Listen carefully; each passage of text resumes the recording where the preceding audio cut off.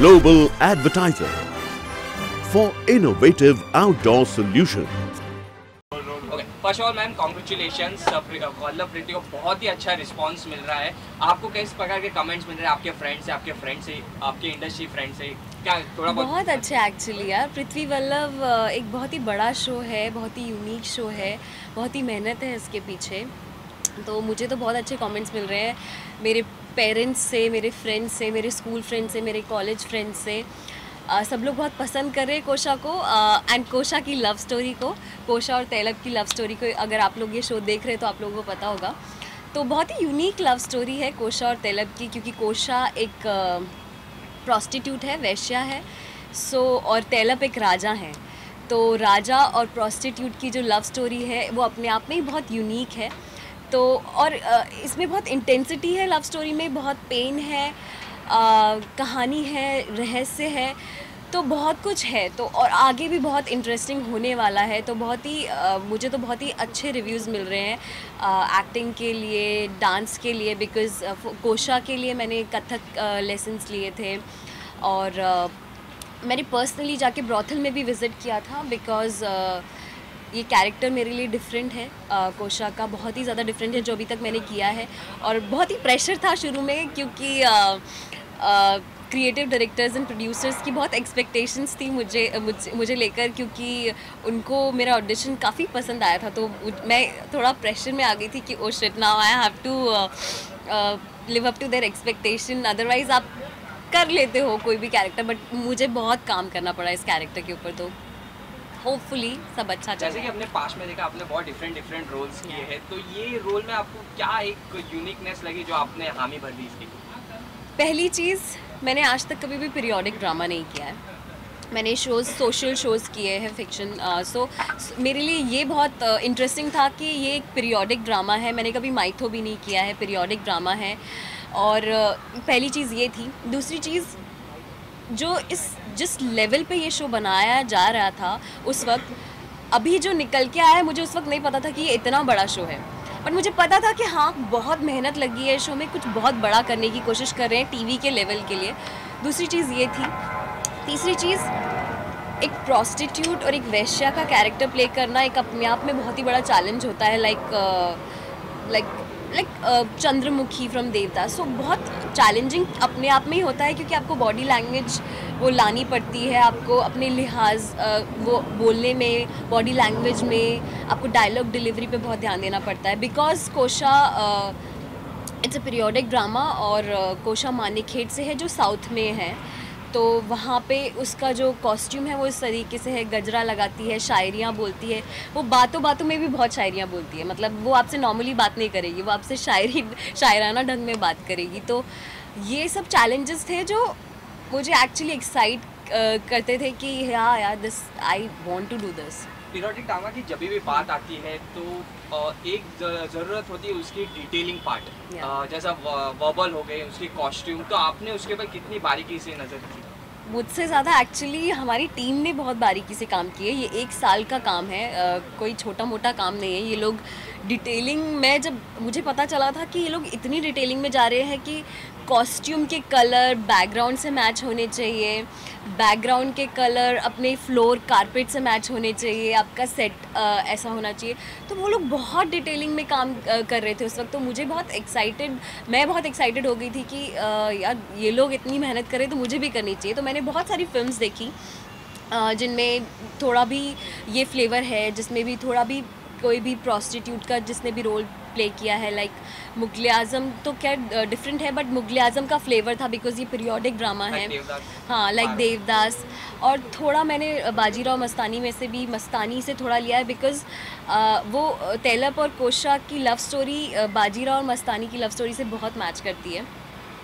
चंद्रमुखी से काफ़ी चीज़ें, लाइक रेखा उमराव जान, काफ़ी उस पर काम किया। मैं खुद ब्रॉथल गई, वहाँ पर जाके उन लोगों से मिली, उनके बैठने का ढंग, उनके बात करने का ढंग, उनके चलने का ढंग, वो लोग जिस तरीके से डांस करते थे, मतलब अभी तो नहीं करते, बट पहले वो लोग मतलब पहले के ज़माने में लोग क्या करते थे ना, मुजरा वगैरह, तो वो सब। एंड मैंने कुछ उर्दू की बुक्स भी पढ़ने की कोशिश की है, क्योंकि काफ़ी उर्दू भी है इसमें। तो कई शायरियाँ हैं, जैसे मेरी पहली ही शायरी थी मेरे इंट्रोडक्शन सीन में कि बिखर ही जाऊंगी गर आहिस्ता, जो रहे सामने मेरे तू बिखर जाने तक, बिजली बनके चमक जाऊं किसी वादी में, तू देखे मुझे मेरे खाक में मिल जाने तक। सो मैम आपने जैसा कहा कि आपने वर्कशॉप्स भी किए, इसके लिए प्रॉपर workshops गए और बहुत सारे कुछ किए, तो have you faced any difficulties? नहीं यार, लकीली अभी तक कोई डिफ़िकल्टीज़ नहीं आई हैं। हम लोग की वर्कशॉप्स हुई थी, मेरी और तैलब की वर्कशॉप हुई थी। Jitin Gulati is playing Tailab. So हम लोग के सीन्स कुछ इस तरीके से हैं, लाइक पहली बार एक तो विद कि ये शो इतना बड़ा है और ये रोल इतना अच्छा है, और ये भी एक चीज़ थी कि इस शो के ज़रिए पहली बार मैं ऑन स्क्रीन इंटीमेट सीन्स या फिर बोल्ड सीन्स देने का मौका भी मिला, बिकॉज जो उसके पहले मैंने ये कभी नहीं किया था। तो ये भी मेरे लिए एक चैलेंज था। तो हम लोग की वर्कशॉप्स इसीलिए हुई थी ताकि हम लोग की केमिस्ट्री आ पाए। तो हम लोग की वर्कशॉप्स हुई थी वो सीन्स को लेके जो आगे आने वाले हैं, बहुत ही इंटरेस्टिंग सीन्स हैं जिससे आपको शायद कोशा और तैलब से और प्यार हो जाए। तो हाँ, वो इतना कुछ लाइक डिफ़िकल्टीज़ नहीं आई थी, बट हाँ वो चैलेंज मेरे लिए था। आई डोंट नो, मैं लाइफ में कोई भी चीज़ नेगेटिव नहीं लेती हूँ, मैं हमेशा चीज़ों को पॉजिटिवली लेती हूँ। क्रिटिसिज्म हो चाहे फिर डिफ़िकल्टीज़ हो, तो मैं उसको इतना नेगेटिव नहीं लेती हूँ कि वो फिर चीज़ें दूसरे डायरेक्शन में चली जाती है। So I take it very positively कि this is my challenge, I have to do it no matter what. और आई होप मैं किसी को लेट डाउन नहीं कर रही हूँ, my producers and my creative directors and my audience. I hope मैं अच्छा काम कर पा रही हूँ, आप सबको एंटरटेन कर पा रही हूँ। शो में आपका जब भी नाम आता है, आपकी ब्यूटी के बारे में बहुत ही बात की जाती है। अदर देन दैट, आपकी कथक जो उसमें दिखाई दे रही है, डांस की, कहीं पर्सनल लाइफ में भी आप डांस करना पसंद करते हैं? बहुत बहुत पसंद करती हूँ मैं। अभी भी कथक लेसन्स कंटिन्यू है मेरे, छोड़े नहीं है मैंने। कथक लेसन्स ले रही हूँ, बॉलीवुड लेसन्स ले रही हूँ, एंड अभी आई एम नॉट लाइक मैं ढूंढ रही हूँ कोई मुझे पर्सनल ट्रेन कर दे MMA के लिए। सो मैं वो भी कर रही हूँ। तो दीज करिकुलर एक्टिविटीज़ ये मुझे बहुत पसंद है। लाइक मैं घर पे खाली बैठना बिल्कुल पसंद नहीं है मुझे, एंड डांसिंग बचपन से मुझे बहुत पसंद है। मैं कर नहीं पाई, वो बात अलग है। उसके लिए मैं मेरी मम्मी को बहुत ब्लेम करती हूँ। मैंने मम्मी को हमेशा बोला था, मम्मी मुझे कथक सीखना है, कथक सीखना है, बट उस वक्त नहीं सीख पाई मैं। बट नाउ अब मैं अपने मन की कर रही हूँ, तो फिर मैं सब सीख रही हूँ। कथक में मेन आता है अदाएं और बिल्कुल। जो इंडस्ट्री में रेखा जी बहुत ही जाने जाते हैं, तो उनसे कोई इंस्पिरेशन ली या आप उससे किसी या बिल्कुल, मैंने उमराव जान देखी थी, करीबन 3-4 बार देखी थी शो शुरू होने से पहले, बिकॉज़ मुझे उनका ही रेफरेंस दिया गया था कि आप उमराव जान देखें या फिर मुगल आज़म देखें या फिर पाकीज़ा देखें। तो पाकीज़ा तो मैंने वो सॉन्ग जो अभी सॉन्ग आया है कोशा का, दिल में जो दर्द दबा है, सो उसका उन्होंने रेफरेंस मुझे पाकीज़ा का वो जो सॉन्ग था उससे दिया था। तो या अदाएँ सब लाइक अभी जो कथक हमारे टीचर्स सिखा रही हैं, भोपाली मैम, तो उनसे भी काफ़ी अदाएँ सीखने मिलती है, बिकॉज कथक में it's all about your eyes and your hand gestures and everything. So yeah I am trying to learn. मैं Kathak is not an easy form, because Kathak सीखने में आप 3 महीने में कथक नहीं सीख सकते, आप 4 महीने में कथक नहीं सीख सकते। इट्स अ ग्रेजुएशन, पूरा ग्रेजुएशन है जो आपको सालों सालों भर करना पड़ता है। छोटे छोटे तोड़े होते हैं जो आपको सीखने पड़ते हैं, बट आपका जो बेसिक अगर एक बार आपका क्लियर हो जाए, आपके पैर ठीक हो जाएं, आपके फुटवर्क, तो you can do it. Okay, इसी के साथ वैलेंटाइन डे आ रहा है, तो क्या प्लान्स है, थोड़ा शेयर करना चाहिए फैंस के साथ? क्या प्लान्स हैं यार? देखो, मेरे पास वैलेंटाइन तो नहीं है, I am not with someone right now, I am single. But मैं ये कहना चाहूँगी कि वैलेंटाइन सिर्फ कपल्स के लिए नहीं होता है, वो सिंगल्स के लिए भी होता है। मैं काफ़ी सुनती हूँ आजकल कि लोग सोचते हैं कि हम सिंगल हैं, बहुत डिप्रेस हो जाते हैं कि ओ शिट यार, मैं तो सिंगल हूँ, मेरे पास तो वैलेंटाइन पे कोई है ही नहीं। ऐसा नहीं होता है यार, वैलेंटाइन सिंगल लोगों के लिए भी होता है। There is no need to be, मतलब कुछ डिप्रेस होने की या दुखी होने की बात बिल्कुल भी नहीं है, बिकॉज मैं एक बहुत ही स्पिरिचुअल पर्सन हूँ। मैं आपको बहुत फ्रैंक बात बताऊँगी कि मुझे I am very happy right now. मैं रिलेशनशिप्स में भी थी, अभी सिंगल भी हूँ। I am very happy with my life, and for me love is, लोग पूछते हैं ना कि लव क्या है आपके लिए, क्या है? For me I think love is freedom, आज़ादी है। लव कुछ नहीं है, सिर्फ आज़ादी है। अगर आप अपने पार्टनर को फ्री छोड़ते, you just have to set your partner free. अगर आप अपनी लाइफ से इतने खुश हो, अगर आप अपनी लाइफ से कंटेंट हो, आप अपनी लाइफ में कंप्लीट हो, तो आपको दूसरे अपने पार्टनर को चेंज करने की या अपने हिसाब से उनको बदलने की ज़रूरत नहीं लगेगी। बिकॉज जनरली क्या होता है ना, रिलेशनशिप्स में आप कंप्लेन बहुत करते हो कि यार तुम ऐसा क्यों कर रहे हो, तुम वैसा क्यों कर रहे हो, आप ऐसे क्यों हो, इसको चेंज करो ना। नहीं, कोई ज़रूरत नहीं है किसी को चेंज करने की। आप पहले खुद में कंप्लीट बनिए, उसके बाद आपको ज़रूरत ही नहीं लगेगी किसी बंदे को चेंज करने की, ना आपकी रिलेशनशिप परफेक्ट होगी। ट्रस्ट नहीं परफेक्ट होगी। You just have to leave your partner. आज़ादी देनी है आपको। Love is just freedom for me. जैसे कि मैम आपने कहा कि अभी आप सिंगल है, Yeah. तो आपके फैन तो बहुत ही खुश हो गए, स्पेशली मेन फैंस। तो आप क्या क्वालिटीज़ देखते हैं मिस परफेक्ट में आपके?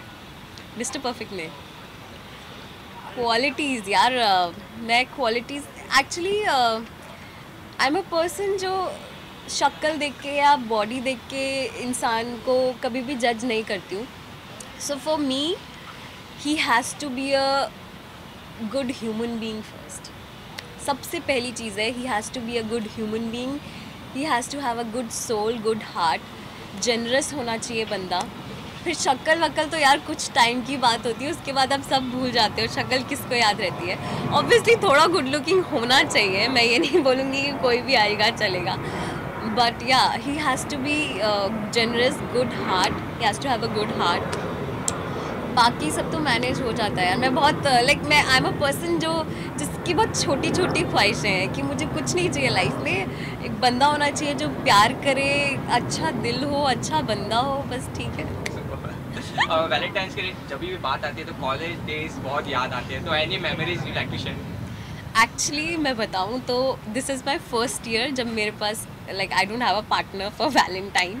This is very funny. मैं हमेशा से वैलेंटाइंस पे मैं रिलेशनशिप में ही रही हूँ, but this is the first time मैं रिलेशनशिप में नहीं हूँ और मैं बहुत खुश हूँ। I am not sad at all, मैं बहुत खुश हूँ। सो कॉलेज लाइफ में तो यार बचपन वाला प्यार होता था वो, और मैं प्यार में पढ़ने वाली बंदी हूँ, पढ़ जाती तो पढ़ जाती हूँ। तो बहुत अच्छी अच्छी क्यूट मेमोरीज़ हैं यार। हम लोग सातों दिन मनाते थे, 7 to 14 आई थिंक ना, तो हर दिन मनाते थे। प्रॉमिस डे, हग डे, किस डे, चॉकलेट डे, रोज़ डे, तो सब मनाते थे। अब तो I don't celebrate all that, क्योंकि अभी जैसे जैसे आप मैच्योर होते जाते हैं आपको लगता है क्या है, बट स्टिल तब हम हर चीज़ मनाते थे। चॉकलेट डे है तो चॉकलेट देना है, हग डे है तो हग देना है, प्रॉमिस डे है तो कुछ तो प्रॉमिस करना है। तो वो छोटी छोटी चीज़ें होती थी कॉलेज में, जो बचपन का प्यार था, तो सब होता था।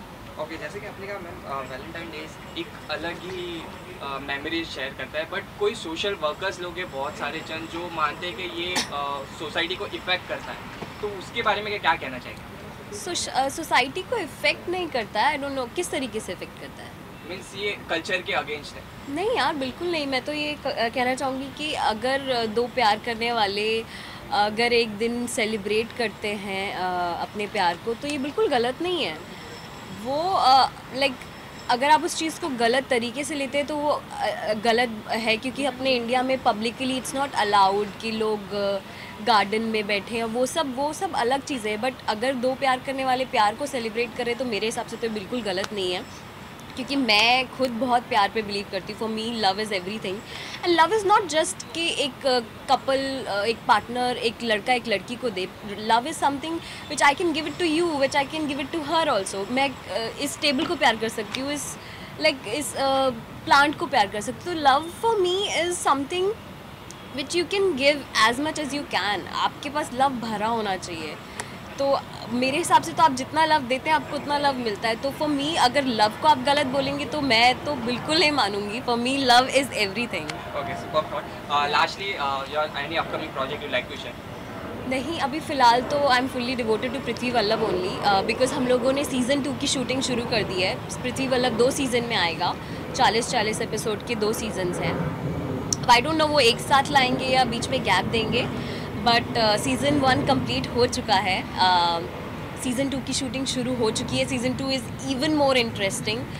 तो उसके लिए इवन मोर कुछ और नया आने वाला है जो कि मैं आपको अभी नहीं बता सकती, बट उसके लिए मैं खुद अलग से प्रिपरेशन कर रही हूँ ऑन माई बॉडी। बिकॉज कोशा के लिए मैंने करीबन 10 किलो लूज़ किया था, बिकॉज उसका कॉस्ट्यूम इस तरीके से है एंड उसकी बॉडी लैंग्वेज इस तरीके से है कि आपको अच्छा तो दिखना है ना कैमरा पे। तो फॉर सीज़न 2 इवन मोर मेहनत, even more transformation for me. तो मैं बहुत मेहनत कर रही हूँ। अभी तो फ़िलहाल सीज़न 2 और पृथ्वी वल्लभ के लिए कुछ आगे होगा मेरा प्रोजेक्ट, तो मैं डेफिनेटली आप लोगों से शेयर करूँगी। Thank you very much and best of luck for future. Thank you so much. Now for mine.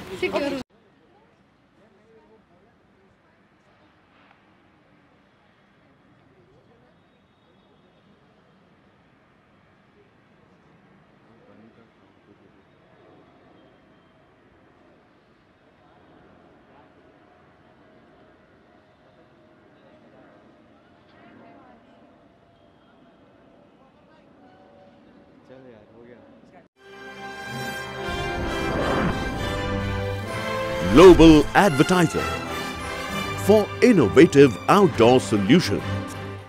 Global as a company, it has never compromised on its service quality and commitment, and that is the reason our clients do keep on coming again and again to us for our service. The mission of the company is to rise on the graph of betterment for every campaign handled by us.